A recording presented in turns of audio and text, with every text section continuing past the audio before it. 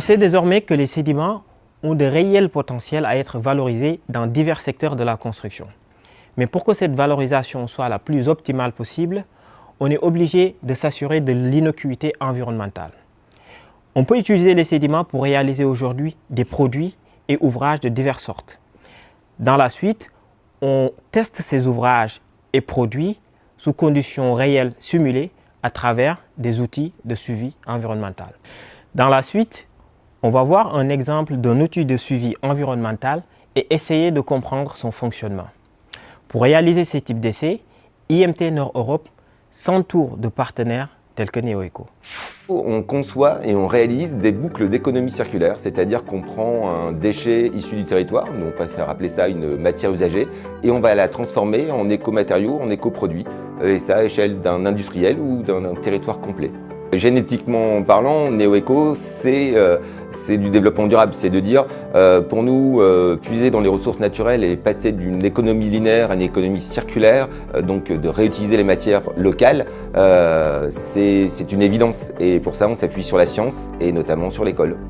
Un matériau, nous on va utiliser justement la science et on va s'appuyer aussi souvent sur les labos de l'école pour caractériser, donc connaître le potentiel d'un matériau usagé pour pouvoir le réinsérer dans de l'économie. Ça crée aussi des emplois locaux, on réduit les taux de CO2, on va puiser moins de ressources naturelles et tout ça c'est aussi grâce à la base à la science parce qu'ensuite on va normaliser ces écoproduits et on va les réinsérer dans des cahiers des charges ou dans notre quotidien. Et grâce à la science, on arrive à prouver justement et à lever des objections parce que vous pensez bien que le monde qui était très linéaire, en permanence, nous maintenant, on essaye de persuader les gens et on s'appuie sur la science grâce à ça. Donc la science des matériaux, elle est fondamentale dans le développement durable.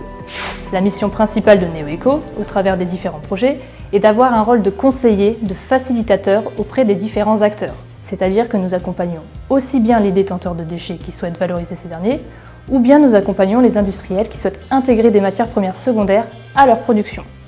Nous sommes également en relation avec des laboratoires, des plateformes de préparation, des plateformes de traitement des déchets ou encore des organismes financeurs. Diverses typologies de matières usagées sont étudiées chez nous, comme les sédiments, les terres polluées ou encore les matériaux de déconstruction, mais également des scories, mâche-fer, bois ou d'autres encore. Les écoproduits que nous testons à base de sédiments ne doivent en aucun cas relarguer les polluants.